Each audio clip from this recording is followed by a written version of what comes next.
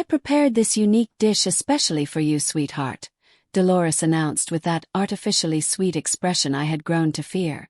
The pasta meal she set before me bore no resemblance to the gorgeous baked ziti that Eric was already savoring. My portion possessed a strange gray coloring and an odor that turned my stomach. I am Lauren Macaulay, 39 years of age. Throughout the last 6 years of wedlock with Eric, I had tolerated his mother's continuous sabotage. My desire was straightforward: to gain acceptance within the family unit. Standing in my path was Dolores Harrison, a woman who had demonstrated from the very beginning that nobody could ever meet her standards for her beloved son. The wrong I endured was her persistent effort to push me out, masked as motherly worry. Gazing down at the questionable pasta, I experienced something icy settling in my gut. The odor was all wrong. Sharp and metallic, nothing resembling the seasonings Dolores professed to have used. Eric hadn't lifted his eyes from his dish, entirely focused on his ordinary-appearing meal. The reality that only I had been given this particular version triggered warning signals in my mind. "Which seasonings did you include?" I inquired, maintaining a cheerful tone while secretly reaching for my cell phone in my handbag.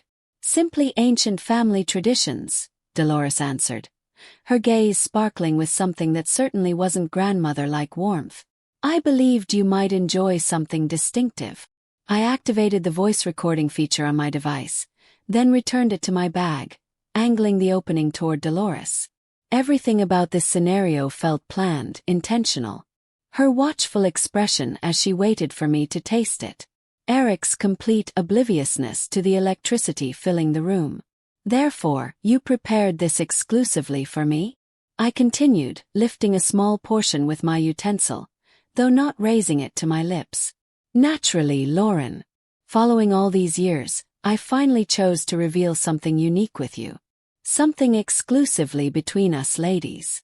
Her grin widened further, and I observed her hands shaking slightly, not from advanced age, but from excitement. At that moment I understood with certainty that whatever ingredients were in this pasta were not intended to feed me. The sharp metallic scent intensified as I brought the fork nearer to my face, and I noticed small green fragments that were definitely not basil or oregano. They resembled more the moss that develops in moist, neglected spaces, or something worse. I placed my utensil down and returned her smile. "How considerate. Explain more about this family formula. I would appreciate knowing precisely what makes it so unique." The strain in Dolores's dining area had been accumulating for years. I recalled the initial occasion Eric brought me home to meet his parents in Richmond, Virginia. Dolores had examined me once, a rural educator from North Carolina, and her expression had darkened like storm clouds gathering. "Therefore, you instruct elementary students," she had stated, making it sound as though I maintained sewage systems professionally. How charming! My history was humble yet honorable. I was raised in a household where dedication mattered more than lineage. My father worked as an auto mechanic, my mother as a healthcare worker. We survived month to month, yet we lived with honor. Dolores, with her exclusive club memberships and philanthropic board roles, viewed me as inferior to her son. The previous 6 years had involved a delicate navigation around her contempt. She would deliver sharp comments regarding my attire, my culinary skills, my family's humble earnings. "Eric is accustomed to superior quality," she would remark when I contributed a homemade dessert to dinner.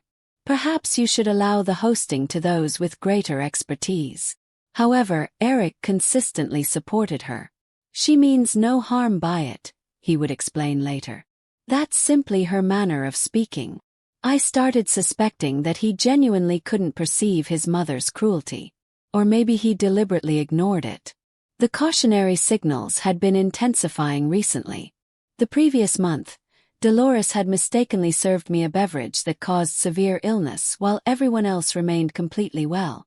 The month prior, she had provided me with homemade cookies that had a strong soap flavor. Each occurrence she acted innocent.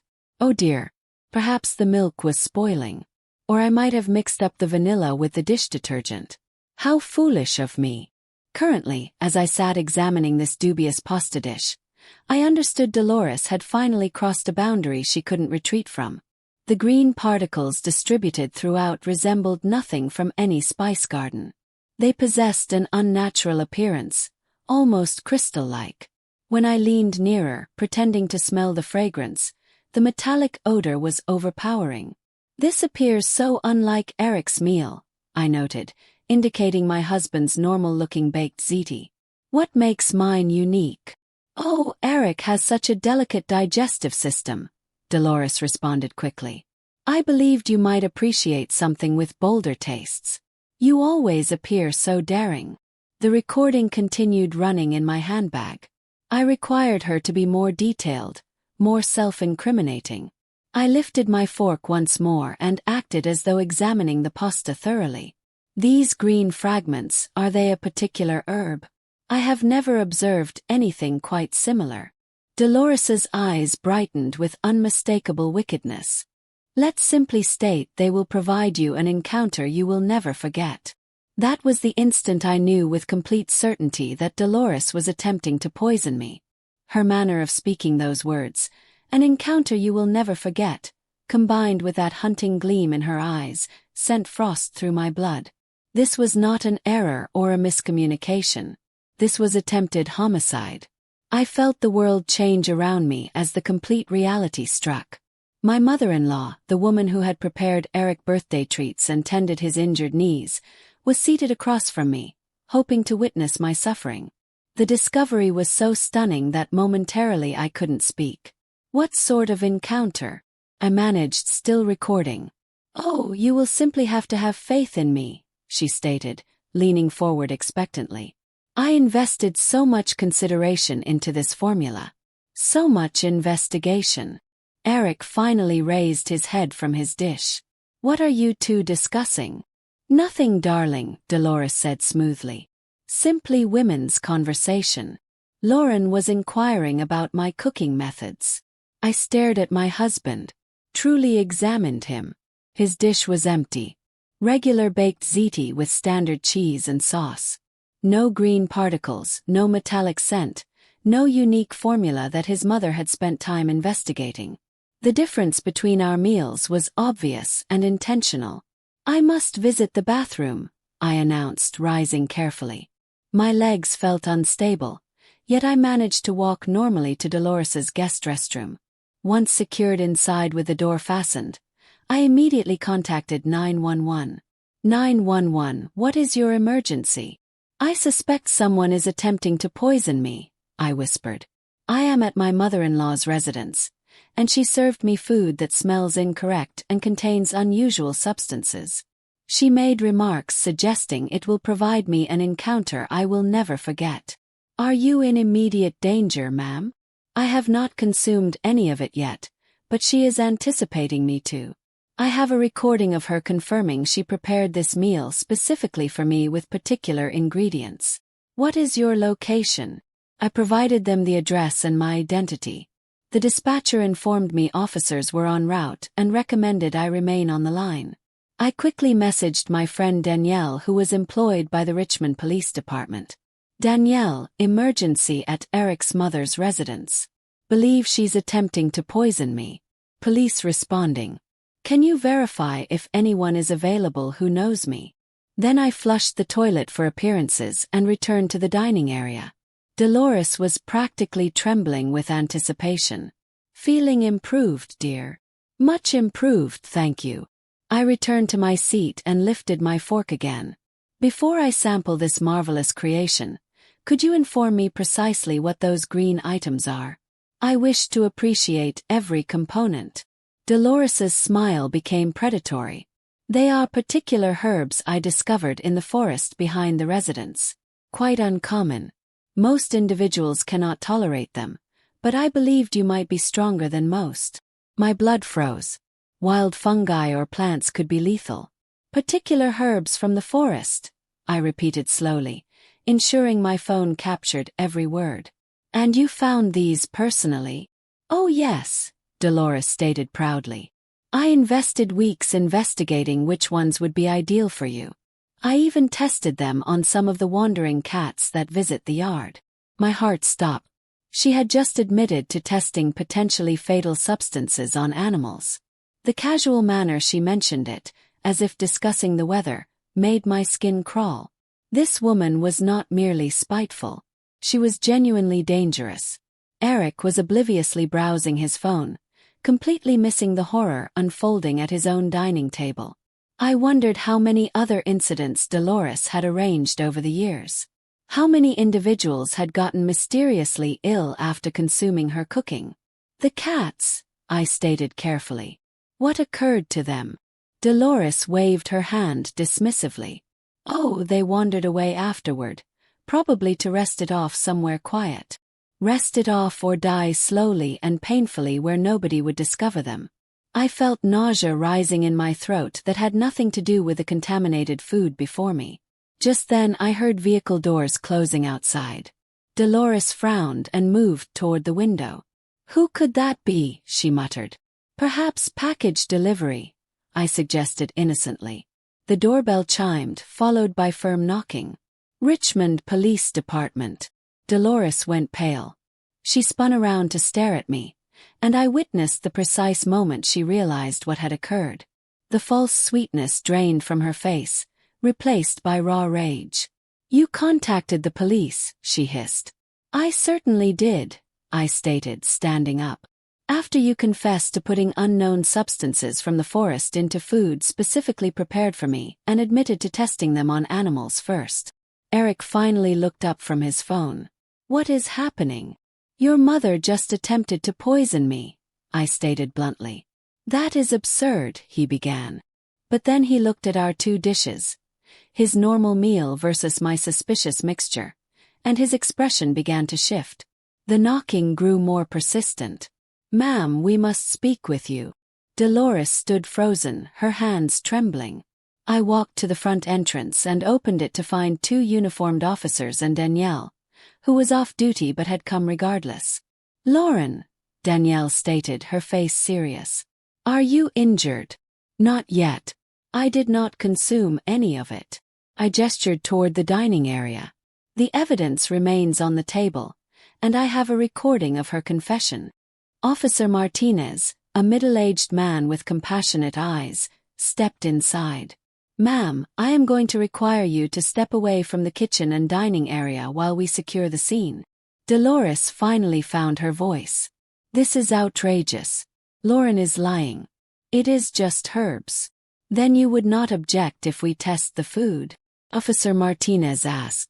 Of course not. Test away. It is completely safe. But her confidence cracked when I retrieved my phone and played the recording. Her own voice filled the room. They are particular herbs I discovered in the forest behind the residence. I invested weeks investigating which ones would be ideal for you.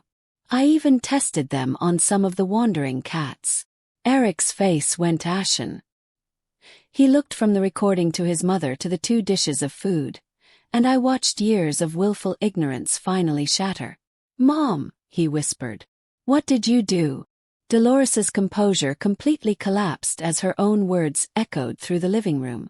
She had not anticipated being recorded, had not planned for the possibility that her victim might be intelligent enough to collect evidence. The mask of the loving mother-in-law slipped away entirely, revealing something vicious underneath. She forced me to do it. Dolores screamed, pointing at me. She stole my son. She turned him against his own family. Officer Martinez remained calm as he took notes. Ma'am, I need you to remain quiet while we document the scene. Anything you say can be used against you. I do not care. Dolores was spiraling now, all pretense abandoned. 6 years I have watched her poison Eric's mind against me. 6 years of watching him choose her over his own mother. I gave birth to him. I raised him. And he throws it all away for some nobody teacher. Eric looked like he had been struck. He kept staring at the two dishes, at the obvious difference between them, as if seeing his mother clearly for the first time. Mom, you actually tried to. He could not finish the sentence. Danielle was carefully photographing both dishes while Officer Martinez's partner, Officer Chen, spoke quietly into his radio. I heard him request a hazmat team and someone from the medical examiner's office to identify the unknown substances. Lauren, Danielle said softly. Can you walk me through exactly what happened? I recounted the evening step by step, from Dolores's strange insistence on the special recipe to her comments about testing the herbs on cats. With each detail, Eric grew paler. The cats, he said suddenly. Mom, what happened to the stray cats?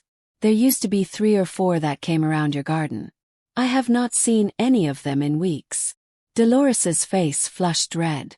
How am I supposed to know where cats go? They are strays. But her evasion only made Eric more suspicious. You used to put food out for them. You said they reminded you of Whiskers when I was little. And now they are all gone. Right around the time you started acting stranger than usual toward Lauren. I was protecting you, Dolores exploded. That woman is beneath you. She comes from nothing. Her father fixes cars. Her mother empties bedpans. You could have had anyone, any debutante, any doctor's daughter, and you chose her. The pure venom in her voice was shocking. I had known she disliked me, but this level of hatred was breathtaking. She was not just angry about losing influence over Eric. She genuinely despised everything about me and my background. Officer Martinez finished taking photos of the contaminated pasta and carefully sealed it in an evidence bag. Ma'am, you are under arrest for attempted poisoning and animal cruelty. You have the right to remain silent. No, Dolores screamed, trying to back away from him. You cannot arrest me. I am a pillar of this community. I volunteer at the hospital. I organize charity drives. Check my references. But Eric was not coming to her defense. He sat slumped in his chair, staring at his hands. When she looked to him desperately, he just shook his head. Mom, you tried to poison my wife. You killed innocent animals. Not. I do not even know who you are anymore. Dolores's expression shifted to something calculating and cold. Fine. If I am going down, at least I will have the satisfaction of knowing I tried to save you from a lifetime of mediocrity. As Officer Martinez cuffed her, she looked directly at me with pure hatred. You will never be good enough for him.